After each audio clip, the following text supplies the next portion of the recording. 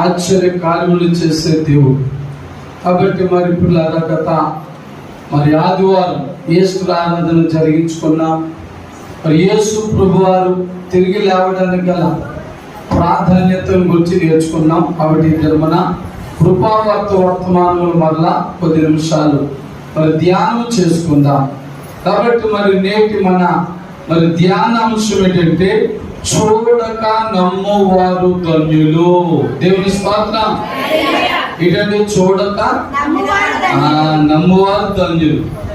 కాబట్టి మరి నేటి మన ధ్యాన వాక్యం వచ్చి యోహాను సువార్త 20వ అధ్యాయం 24వ వచనం నుండి 31 వచనాలు.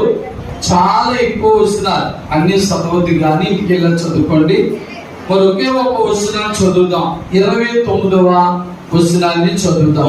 చెప్పిన మాట, యేసు నీవు నన్ను చూసి నమ్మితివి, చూడక నమ్మిన వారు ధన్యులని అతనితో చెప్పెను. దేవుని స్తోత్రం. మరి యేసు ప్రభు వారు ఈ వాక్య భాగంలో ఎవరితో ఈ మాట చెప్పారు చెప్పండి అమ్మా? ఎవరితో అంటే ఒక బిడ్డ చెప్పారు, ఇస్తారు తల్లి తోమా గారితో. హల్లెలూయా. మరి వాక్యం వింటున్నప్పుడు మనలో ఎంతమంది తోమాలు ఉన్నామో మనం కూడా జ్ఞాపకం చేసుకోవాలా. హల్లెలూయా. మరి ఇక్కడ యేసు ప్రభు వారు తోమా గారితో ఒక మాట చెప్తున్నారు. ఏంటి? నువ్వు చూసి నమ్ముతున్నావు నాయనా, చూడక నమ్మువారు ధన్యులు అంటున్నారు. హల్లెలూయా, హల్లెలూయా. మరి ఈయన యేసు ప్రభుతో ఎంతకాలం నడిచారు, ఆయనతో తిన్నారు, త్రాగారు అంటే 3.5 సంవత్సరాలు. ఎన్నాలండి?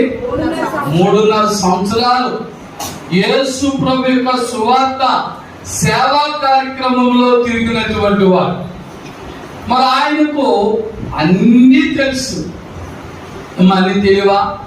యేసు ఎలాంటి వాడో, ఎలాంటి అద్భుతాలు చేసేవాడో, ఎలాంటి ఆశ్చర్య కార్యాలు చేసేవాడో, యేసు ప్రభువారు శిలువ వేయబడక ముందు ఆయన ఏ మాటలు చెప్పారో అన్ని కూడా విన్నవాడే. చెప్పండి, అన్ని కూడా విన్నవాడే.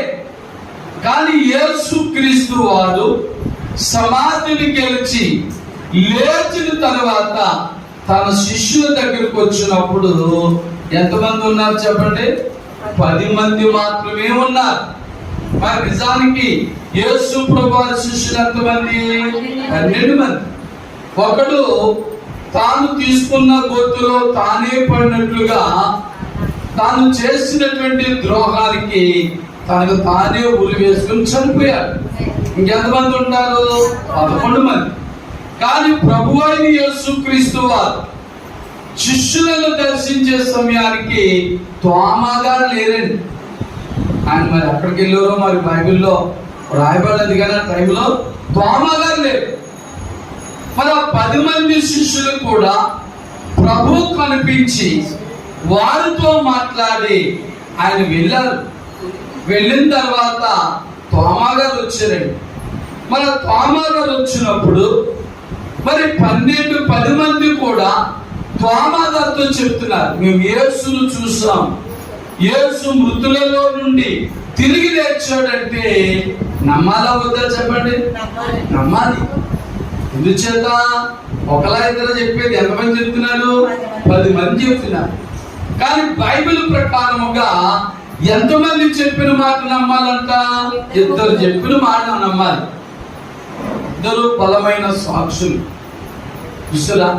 2 చెప్పిన మాట ఏదైనా నమ్మి తీరాలి. అది మంచిదైనా చెడుదైనా నమ్మాలి.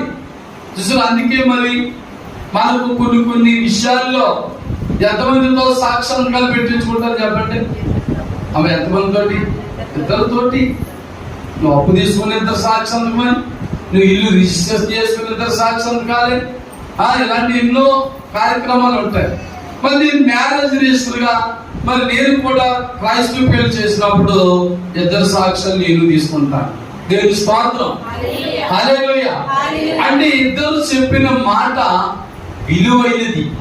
కాబట్టి ఇద్దరు చెప్పిన మాట విలువైనది. ఒకే మాట చెప్పినప్పుడు ఇది చాలా విలువైనది. దాన్ని ఎవరైనా నమ్మి తీరాలి. కానీ ఇక్కడ ఎంతమంది చెప్పారు చెప్పండి? 10 మంది. అంటే 5 జోడాలు చెప్పారు. ఇద్దరిద్దరుగా అనుకుందాం. ఒకే మాట ఇద్దరు సాక్ష్యం చెప్పాలనుకున్నాం కదా. అలాగా 5 జోడాలు అంటే 10 మంది యేసు ప్రభువు తిరిగి లేచారని చెప్తే తోమా గారు నమ్మాలా వద్దా? నమ్మాలి ఖచ్చితంగా. ఆయన శిష్యులు కాబట్టి ఎవరో బయటోడు ఏం కాదు, అన్యుడేం కాదు, యేసుతో తిరిగిన వాడు. ఆయన సిలువ వేయబడక ముందు చెప్పిన మాట మనం నేర్చుకున్నామన్నా గత ఆదివారం. తాను తిరిగి లేస్తానని ఆయన సమాధి చేయబడక ముందే తన శిష్యులతో చెప్పాడని చదివాం. దేవుని స్తోత్రం. మరి ఆ శిష్యుల్లో ఇప్పుడు తోమా గారు లేదా? ఉన్నారు, మర్చిపోయారు. లేకపోతే వేళ చనిపోయిన వాళ్ళు లేచినటువంటి దాఖలు ఎక్కడా లేదు. మరి యేసు ప్రభు కూడా అలాగే అనుకున్నాడు ఏంటో మరి అని నమ్మలేదు. కానీ ప్రభు వారు ఎవరి అనుమానాల్ని కూడా అలా ఉంచలేదు. ఎందుకంటే అనుమానం అది అదొక బిడ్డ చెప్పిందో మాట. కాబట్టి అలాంటి అనుమానాలు ఉండకూడదని, ఎందుకంటే తాను అపనమ్మకం కలిగి ఉంటే అనేక మందికి అదే మాట చెప్తారు. అలా రెండోసారి యేసు ప్రభువారు శిష్యులందరికీ మరి తోమా గారు ఉన్న టైంలో ప్రత్యక్షమై కనబడి, తోమా ఇదిగో నా గాయాల్లో వేలు పెట్టి చూడవయ్యా అని చెప్తే అప్పుడు కన్నీరు కారుస్తున్నారు. చెప్పినప్పుడు కన్నీరు కారుస్తున్నారు. అయ్యో ప్రభు, అన్నీ తెలుసుంది కూడా తెలియని వారి వలె మాట్లాడుతని. నిజమే, నేటి దినాల్లో కూడా చాలా మంది క్రైస్తవులు అలాగ ఉన్నారు. ప్రార్థన అంటే తెలుసు, భక్తి అంటే తెలుసు, విశ్వాసం అంటే తెలుసు, వాక్యం అంటే తెలుసు, ఆది కాలం నుండి ప్రకటన గ్రంథం వరకు అన్ని తెలుసు. కానీ ఆయా సందర్భాల్లో యేసుని ఎరగని వారుగానే ఉంటా ఉన్నారు. చెప్పండి, యేసుని ఎరగని వారుగా ఉంటున్నారు. చూసారా? మరి అలాంటి వారిలో పేతురు గారు కూడా ఒకరు. యేసు ప్రభువారిని మరి అక్క తీసుకెళ్ళినప్పుడు మరి అక్కడ మరి పేతురు గారు వెనకమాల వెళ్తూ పిల్లలు అడిగితే, ఒక చిన్న పాప అడిగితే ఏమంటాడు? సమాజానికి భయపడి ఆయన ఎవరో నాకు తెలీదా? ఈయనకి కూడా 3.5 సంవత్సరాలు యేసులో ఉన్నాడు. మరి ఆయన వృత్తిలో నుండి పిలిచినప్పుడు మన తన వృత్తిని విడిచిపెట్టి యేసుని వెంబడించిన మహా గొప్ప వ్యక్తి. ఆయన తెలీదా అంటే, ఇదిగో మరి సమాజానికి భయపడే క్రైస్తవులు కూడా చాలా మంది ఉన్నారు. మరి పేతురు మరి అక్కడ అన్నాడు, ఆయన ఎవరో నాకు తెలియదు అన్నారు.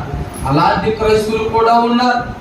తోమా గారు లాగా నమ్మను నేను, చూస్తేనే కానీ కనులారా చూస్తేనే కానీ నమ్మనని మరి విశ్వాసులు కూడా చాలా మంది ఉన్నారు లోకంలో. అలా అవుతుంది.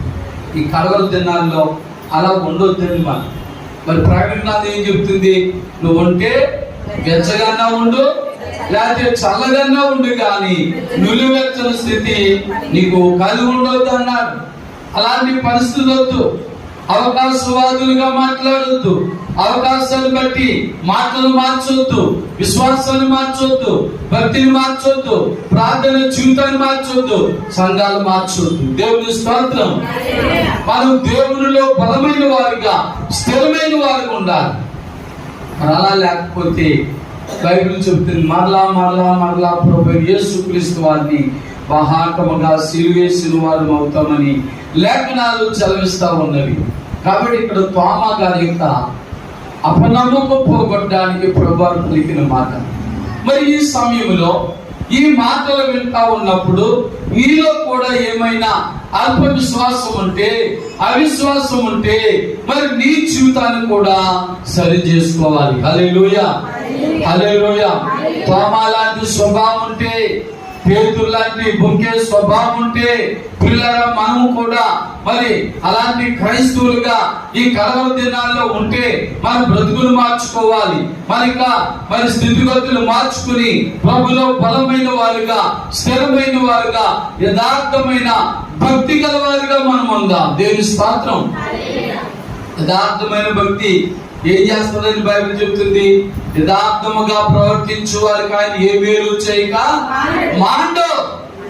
మరి నీ జీవితంలో ఆశ్చర్య కార్యములు, అద్భుత కార్యములు, స్వస్థత కార్యములు, బలమైన కార్యములు, మరి నువ్వు అనుకున్న కార్యములన్నీ కూడా నెరవేర్చబడాలంటే దేవునిలో బలమైన విశ్వాసము గలవారిగా, స్థిరమైన విశ్వాసము గలవారిగా, యథార్థమైన ఆరాధన చేసేవారు ఉండాలి.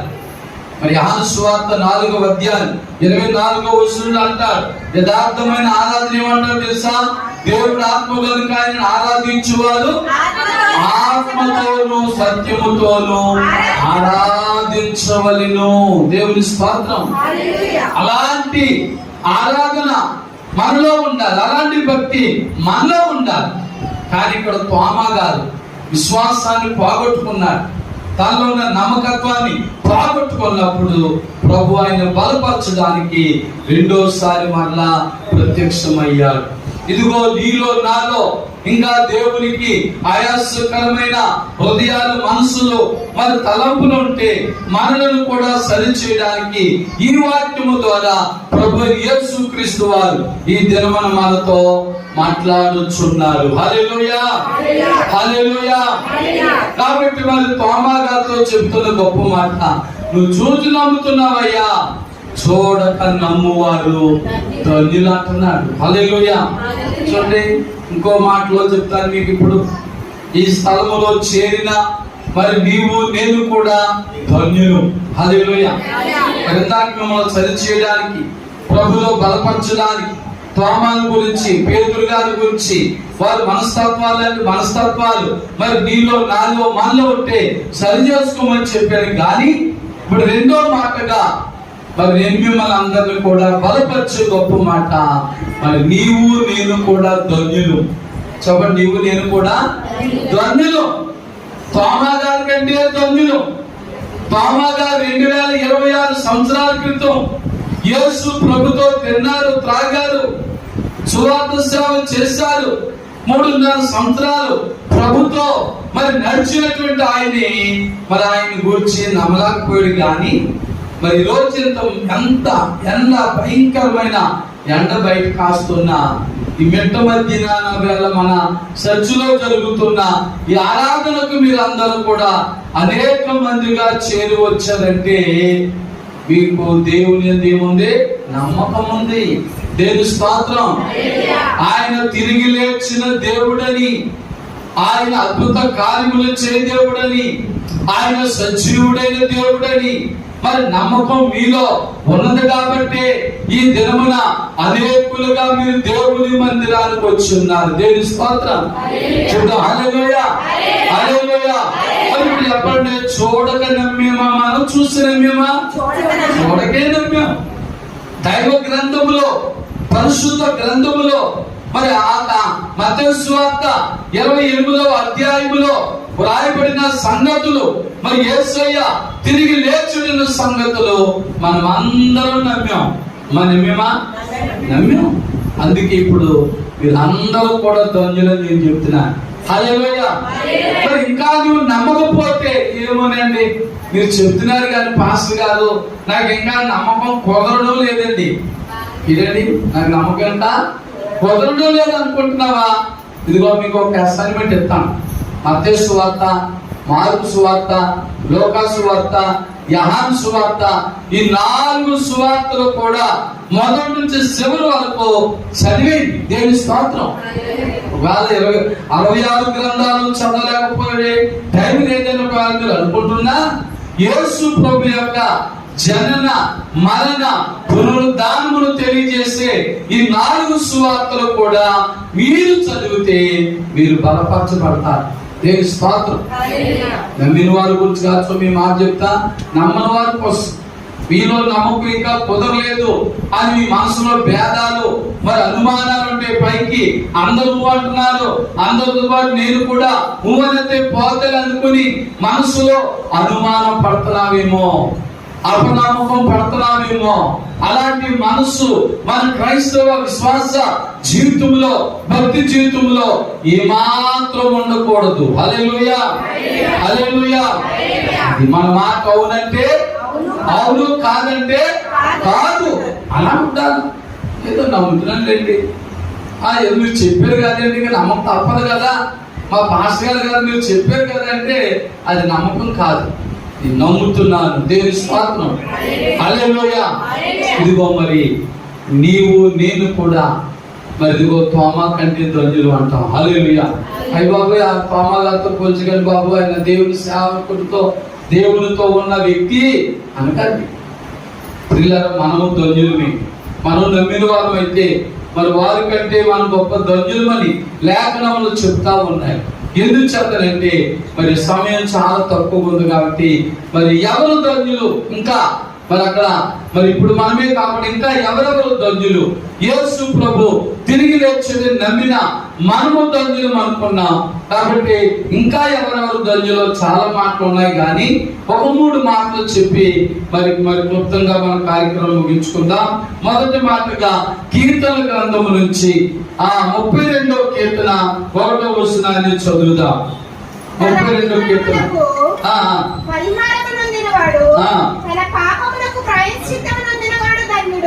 చూడండి ఏముందండి అక్కడ, తన అతిక్రమములకు పరిహారము నొందినవాడు, తన పాపములో ప్రాయశ్చిత్తము పొందినవాడు ధన్యుడు. దేవుని స్తోత్రం. ఎంత గొప్ప మాట అండి, ఎంత గొప్ప. పాపానికి ప్రాయశ్చిత్తం పొందిన ప్రతివారు కూడా ధన్యులే. దేవుని స్తోత్రం. మరి ఇప్పుడు ఒక ప్రశ్న చేసుకోండి, మరి నీవు పాపముల విషయమై ప్రాయశ్చిత్తం పొందేవా? ఏంటండి ప్రశ్న? నీ పాపముల నిమిత్తమై ప్రాయశ్చిత్తం పొందేవా? ఏలాగా? మరి అపోస్తలుల కార్యాలు 2వ అధ్యాయం 38వ వచనములు ఏమని చెప్పండి. పేతురు గారు బోధిస్తున్న గొప్ప మాట. పేతురు గారు చెప్తున్నారు, మీరు మారు మనసు పొంది పాప క్షమాపణ పొంది యేసుక్రీస్తు నామములో బాప్తిస్మం పొందుడి, అప్పుడు మీరు పరిశుద్ధాత్మని వరమును పొందుదురు. దేవుని స్తోత్రం. పాప ప్రాయశ్చిత్తానికి మెట్లవి ఎవరైతే మరి పాప ప్రాయశ్చిత్తం పొందాలని, పాపానికి ప్రాయశ్చిత్తం పొందాలనుకుంటున్నారో అలాంటి వారు ఈ మెట్లను కలిగి ఉండాలి. ఒక మెట్టు ఏంటండి? మారు మనసు అని మెట్టు ఎక్కాలి. 2వ మెట్టు పాప క్షమాపణ అని మెట్టెక్కాలి. మరి 3వది బాప్తిస్మం అని మెట్టెక్కాలి. మరి 4వది పరిశుద్ధాత్మని మెట్టెక్కాలి. హల్లెలూయా. నేను మారు మనసు పొందానని ఇక్కడ నేను పాప క్షమాపణ అక్కర్లేదండి అనుకోవడం వీల్లేదు.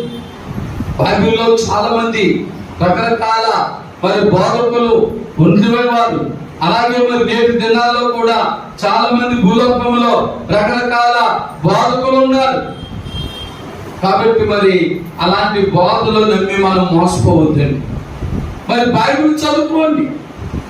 మంచి మందిరంలో బలమైన స్థిరమైన విశ్వాసంగా స్థిరపడాలి. మరి బైబిల్ చెప్పిందే నమ్మాలి. పాస్టర్ గారు చెప్పిందో, బంధుమిత్రులు చెప్పిందో, స్నేహితులు చెప్పిందో, విశ్వాసులు ఆ విశ్వాసులు ఈ విశ్వాసులు చెప్పిందో కాదు. బైబిల్ చెప్తుంది తన పాపముల నిమిత్తమై ప్రాయశ్చిత్తం పొందినవాడు ధన్యుడు. హల్లెలూయా. కాబట్టి దేవుని బిడ్డలారా ఒక్కసారి వెనక ఆలోచన చేయండి. మీరు ఎప్పుడో బాప్తిస్మం పొందిన వారే, కానీ మీరు బాప్తిస్మం పొందినప్పుడు మీ పాప మరి విమోచన కోసం, మీ పాపాలకు ప్రాయశ్చిత్తం కొరకు ఈ అనుభవాలు నీకున్నాయా? మారు మనసు పొందిన అనుభవం నీకుందా? నీ పాపం కనుక జన్మ కర్మ పాపములన్నిటిని కూడా ప్రభు దగ్గర ఒప్పుకునేటువంటి అనుభవం నీకుందా? మరి బాప్తిస్మం పొందిన అనుభవం నీకుందా? బాప్తిస్మం పొందడం అంటే చాలా మంది విచిత్రమైన బాప్తిస్మాలు ఉన్నాయి, ఇచ్చేవారు ఉన్నారు. జెండా కింద బాప్తిస్మం, జెండా కింద నుంచి నడిచేరిపోతే అది బాప్తిస్మం అట్లండి. ఆ నీళ్లు తల మీద చిలకరిస్తే 3 సార్లు అది బాప్తిస్మం. మరి కొందరు అంటున్నారు, మరి పిల్లరా శిలువ మీద మరి దొంగ యేసుతో పాటు 2 దొంగల్ని సిలువేశారు కదా, మరి ఆ శిలువ మీద మారు మనసు పొందాడు దొంగ. ఏమన్నాడు? తండ్రి నీ రాజ్యం వచ్చినప్పుడు నన్ను జ్ఞాపకం చేసుకో అంటే ప్రభు అన్నాడు, ఎప్పుడో రాదురా నాయన, దేవుడు నీవు నాతో కూడా, అంటే నేను చనిపోతా నువ్వు చనిపోతావు కాబట్టి నాతో పాటు నేడు నీవు పరదేశంలో ఉండువు. అన్ని గొప్ప మాటకి కొంతమంది ఎక్కువ ఆధ్యాత్మం తెలుసా, శిలువ మీద మరి రక్షణ పొందిన వారికి బాప్తిస్మం ఎవరిచ్చారు చెప్పండి? అది అవకాశం ఉందా? ఏదంటే ఇప్పుడే మారు మనసు పొందేదని బాబు ఒక్కసారి నాకు అట్లు ఇప్పేయండి, మా ఊర్లో ఉన్న పాస్ గారికి వెళ్ళి నేను బాప్తిస్మం పొంది చెప్పని మరలా సిలువ వేసేయండి అంటే వింటారా? ఆ శిక్ష అలాంటిదా కాదు. ఒక్కసారి శిక్ష పడితే నువ్వు మార్పు చెందినా, మరి నువ్వేం ఎంత గొగ్గోలు పెట్టినా, మరి ఎంత రిక్వెస్ట్ చేసినా మరలా క్రిందకి దింపే పని లేదు. కాబట్టి ఇంక అవకాశం లేదు. మరి నీకు నాకు ఇప్పుడు ఏముంది? అవకాశం ఉందా లేదా? నువ్వు మారు మనసు పొందితే, మరి ప్రభుని నమ్ముకుంటే, మరి నీ పాప విమోచన నిమిత్తము బాప్తిస్మం పొందాలంటే మరి నీకు నాకు అవకాశం ఉందా లేదా? భూమి మీద ఉందా లేదా? పొందాలా వద్దా? కానీ కొంతమంది బోధలు ఎలాంటి బోధలు అంటే మరి ఆ దొంగను గురించి ఒక బైబిల్ వాక్యం పట్టుకుంటున్నా. ఏంటి అసలు మరి రక్షణ అంటే ఏంటంట? యేసు ప్రభు దేవుడని నీ హృదయమునందు విశ్వాసం ఉంచి నీ నోట్లో ఒప్పుకుంటే అప్పుడు నీవు ఏం పొందుతావంట? రక్షణ పొందుతావు. దేవుని స్తోత్రం. మరి నువ్వు రక్షింపబడినట్లుగా, నువ్వు విమోచింపబడినట్లుగా, మరి గుర్తుగా మరి ఏం పొందాలి? బాప్తిస్మను పొందాలి. మరి పొందాలి కదా. అలా కాదండి. మరి ఆయన యేసుప్రభు హృదయనందు విశ్వాసం ఇచ్చాడు, ఒప్పేసుకున్నాడు కాబట్టి పరలోకి వెళ్ళిపోయాడు కనుక మనం కూడా బాప్తిస్మం పొందక్కర్లేదని బోధ చేసే వారు కూడా చాలా మంది ఉన్నారు. అది కరెక్టా? అది కరెక్ట్ అయితే యేసు ప్రభు వాడు మరి ఇక్కడ యోహాను సువార్తలో 3వ అధ్యాయంలో మరి అక్కడ నికోదేముతో ఏమంటాడు చెప్పండి? ఒకడు నీటి మూలముగాను ఆత్మ మూలముగాను తిరిగి జన్మించితేనే కానీ పరలోక రాజ్యంలోనికి ప్రవేశించడానికి ఎందుకు చెప్తాడైనా? దేవుని స్తోత్రం. కనుక దేవుని బిడ్డలారా, మరి నీటితో కాదండి, అక్కడ నీటి మూలంగా ఉంది. అంటే నీటిలో మునగాలి అంటే మన పాపముల నిమిత్తమే మనం నీటిలో మనం మృతి పొంది క్రీస్తు పునరుద్ధానుడే 3వ దినం తిరిగి లేచినట్లుగా మరలా మనము తిరిగి లేస్తున్నాం. దేవుని స్తోత్రం. అలాంటి అనుభవం కలిగి ఉండాలి. అలాంటి అనుభవం కలిగి ఉన్నావా? అలాంటి అనుభవం కలిగి ఉంటే ఈ మొదటి మాటలో నీవు ధన్యుడివే, ధన్యురాలివే. ఎందుకంటే మొదటి మాట ఏం చెప్పుకున్నా? పాపానికి ప్రాయశ్చిత్తం పొందిన వాడు ధన్యుడు. దేవుని స్తోత్రం. హల్లెలూయా, హల్లెలూయా. మరి మరొక మాటలోకి వెళ్ళిపోదాం. మరొక వచనం చదువుదాం. కీర్తన గ్రంథము నుంచే 40వ కీర్తన 4వ వచనాన్ని చదువుదాం.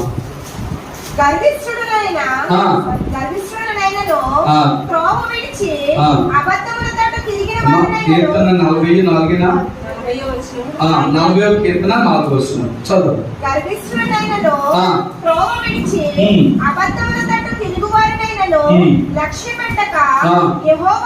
చూడండి ఇక్కడ, యెహోవాను నమ్ముకొనువాడు ధన్యుడు. దేవుని స్తోత్రం. చెప్పండి. రెండవ వారు ఎవరట ధన్యులు?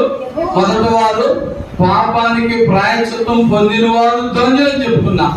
రెండవది యెహోవాను నమ్ముకొనువారు ధన్యులు. హల్లెలూయా. దీని పాస్టర్ గారు ఈ 4 మరలా ఈ మాట చెప్తున్నారు ఏంటండి? ఎప్పుడో నమ్ముకున్నాం కదా, సంవత్సరాలు అయిపోయింది కదా, మేము నమ్ముకుని మరలా నమ్ముకున్నవాడు ధన్యుడు అంటున్నారు ఏంటండి అనుకోకండి. నీవు నమ్ముకున్న నమ్మకం నీలో స్థిరముగా బలముగా ఉన్నదా? దేవుని స్తోత్రం. ఒకప్పుడు నీకున్న నమ్మకం ఇప్పుడు ఉందా అది చెప్పండి. కొంతమంది ఎలా ఉన్నారు, బైబిల్లో ఇంకొక మాట ఎలా ఉన్నారు. పితేస్త కోనేరు దగ్గర ఒక ఆయన ఎన్ని సంవత్సరాలు ఉన్నాడండి? 38 సంవత్సరాలు ఉన్నాడు. ఎలాంటి కార్యాలు కూడా ఆయన జీవితంలో జరగలేదు. కారణం ఏంటి? ఆయన నమ్మాడు. ఏంటి నమ్మకం? ఆయా సమయాల్లో పరలోకమున దేవదూత దిగి వచ్చి ఆ కోనేట్లో ఉన్న నీళ్లు కలిపినప్పుడు ఎవరు ముందు అందులోకి దిగుతారో దూకుతారో వారు స్వస్థత పొందుతారని నమ్మాడు. మంచిదే. అలాంటి నమ్మకాలు మనలో చాలా మందికి ఉన్నాయి. ఆదివారం చర్చికి వెళ్తే దేవుడు కార్యాలు చేస్తాడని, శుక్రవారం ఉపవాసం ఉండి చర్చికి వెళ్తే కార్యాలు చేస్తాడని, వేలు చేస్తాడని నమ్మకాలు మనలో చాలా మందికి ఉన్నాయి. మంచిదే. కానీ ఆ నమ్మకాన్ని మరి ఎలా పాడు చేసుకునేవాడు చెప్పండి. కొంచెం జనాభా ఎక్కువ అయిపోయేవారు.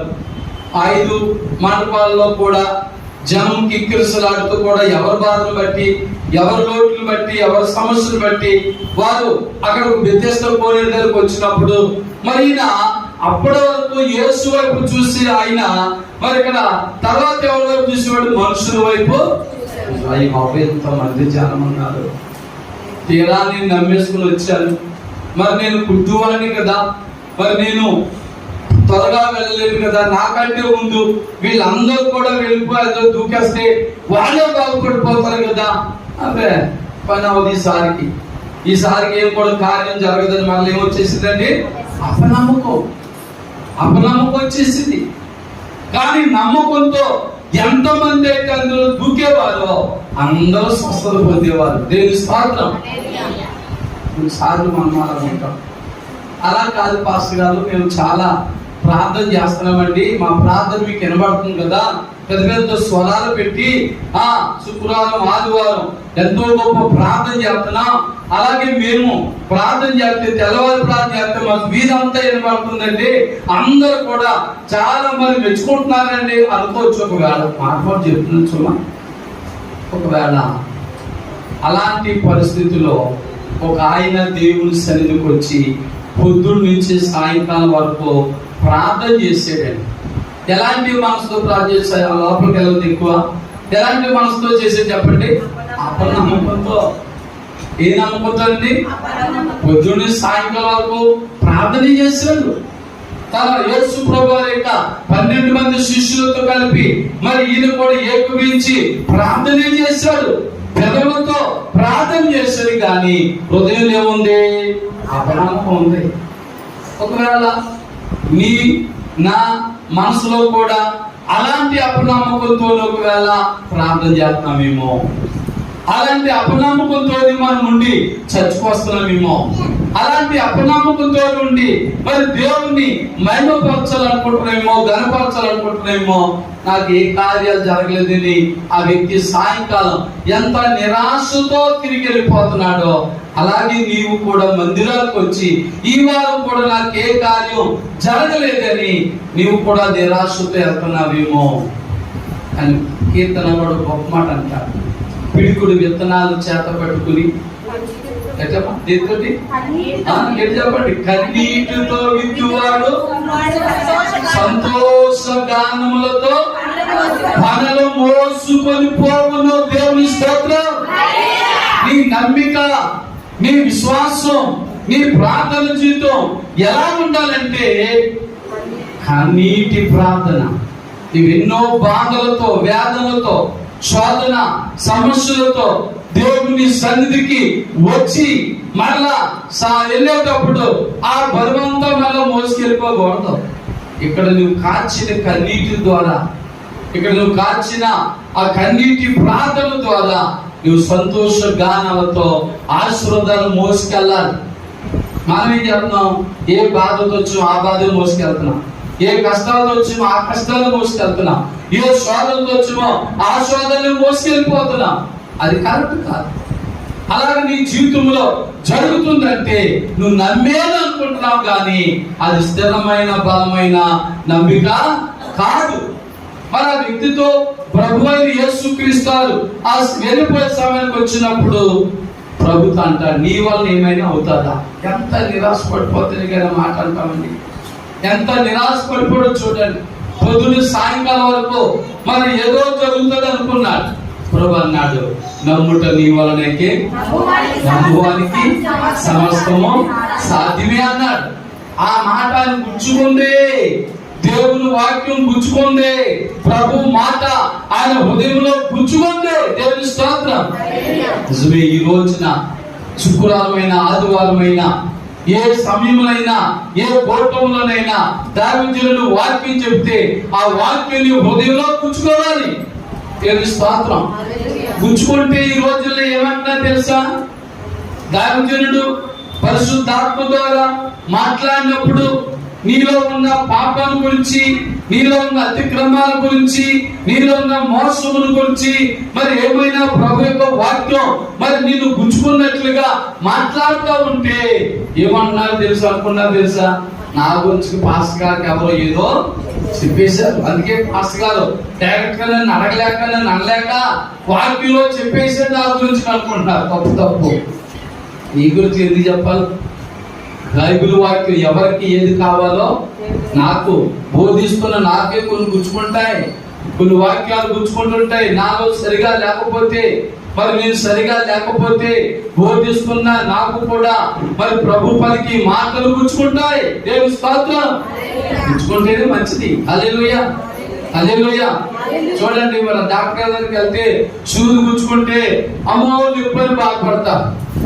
ఆ సూది గుచ్చుకుంటేనే నీలో రోగం పోతుంది. సూది గుచ్చుకుంటుంది అని భయపడి నువ్వు పడితే నీ రోగం ఎప్పటికీ పోతుంది. అలాగే వాక్యం కూడా, వాక్యం నీలో గుచ్చుకోవాలి. చూడ అతనిలో గుచ్చుకుంది. గుచ్చుకుంటే ఏమన్నాడు? ప్రభా నాలో ఆ అపనమ్మకం తీసే ప్రభా అన్నాడు. హల్లెలూయా. ఇప్పుడు చెప్పండి, పొద్దున్నే సాయంకాలం వరకు చర్చిలో ఉన్నాడంటే మరి ఎంతో గొప్ప నమ్మకం అనుకున్నారు 12 మంది శిష్యులు కూడా. హృదయం ఎవరికి తెలుసు? ప్రభుకే తెలుసు. మానవులు ఎవరికి? మన హృదయాలు తెలదు. దేవుని స్తోత్రాలు. హృదయాల రహస్యాలు ఎరిగిన దేవుడు మన యేసయ్య. కాబట్టి ఆ మాట గుచ్చుకున్నప్పుడు అతను ఒప్పుకున్నాడు, నాలో ఉన్న అపనమ్మకం తీసే ప్రభు అని. హల్లెలూయా. ఒకవేళ ఈ దినమున ప్రభు నీతో నాతో మాట్లాడుచున్నా ఈ వాక్యం ద్వారా ఇంతకాలము కూడా మరి ఆ వ్యక్తి వల్లే మరి నీవు కూడా అపనమ్మకంతో ఉండి ప్రార్థన చేస్తున్నావేమో, అపనమ్మకంతో ఉండి మందిరానికి వస్తున్నావేమో, అపనమ్మకంతో ఉండి దేవుడు నాకు ఏ కార్యం చేయలేదేంటి అనుకుంటున్నావేమో. అతని వల్లే పరీక్షించుకో. నాలో ఉన్న అపనమ్మకం తీసే ప్రభు అని ఒప్పుకున్నాడు, విడిచిపెట్టాడు. దేవుని స్తోత్రం. పరమజ్ఞాని సొలొమోను సామెతల గ్రంథంలో ఏమంటాడు? అతిక్రమమును దాచిపెట్టువాడు వృద్ధులని దాన్ని ఒప్పుకొని విడిచిపెట్టువాడు కనికరము పొందును. దేవుని స్తోత్రం. హల్లెలూయా. కనుక అలాంటి నమ్మకం మనకు కావాలి. చెప్పండి, ఎలాంటి నమ్మకం అని నీకు చెప్పినా అలాంటి గొప్ప నమ్మకం నీలో నాలో ఉంటే మనం ఎవరో చెప్పండి ఇప్పుడు ధన్యులు. దేవుని స్తోత్రం. అలాంటి నమ్మిక ఈ కరవల దినాల్లో, అంచు దినాల్లో మరి నీలో నాలో ఉందో లేదో ఒకసారి పరీక్షించుకోండి. మొదటి మాట ఏమన్నా? ఎవరు ధన్యులంటే పాపానికి ప్రాయశ్చిత్తం నొందిన మనుషులు ధన్యులు. దేవుని స్తోత్రం. మరి రెండోది యెహోవాను నమ్ముకుని వారు ధన్యులు. దేవుని స్తోత్రం. సామెతలు 3 మాట కూడా చదువుకుందాం. ప్రకటన గ్రంథం 1వ అధ్యాయం 3వ వచనాన్ని కూడా చదువుకుని 3వ మాటను చూడండి. ఈ ప్రవచన వాక్యములు చదువువాడును వాటిని విని ఇందులో రాయబడిన సంగతులను గురించి గైకొనువాడును ధన్యులు. దేవుని స్తోత్రం. 3వ మాట ఏంటంటే దేవుని వాక్యం విని గైకొనువారు ధన్యులు. హల్లెలూయా. మరి నీవు ఎన్నో సంవత్సరాలు బట్టి వాక్యాన్ని వింటూ మట్టుకైనా ఒక చెవితో విని ఒక చెవితో విడిచిపెడుతున్నావా?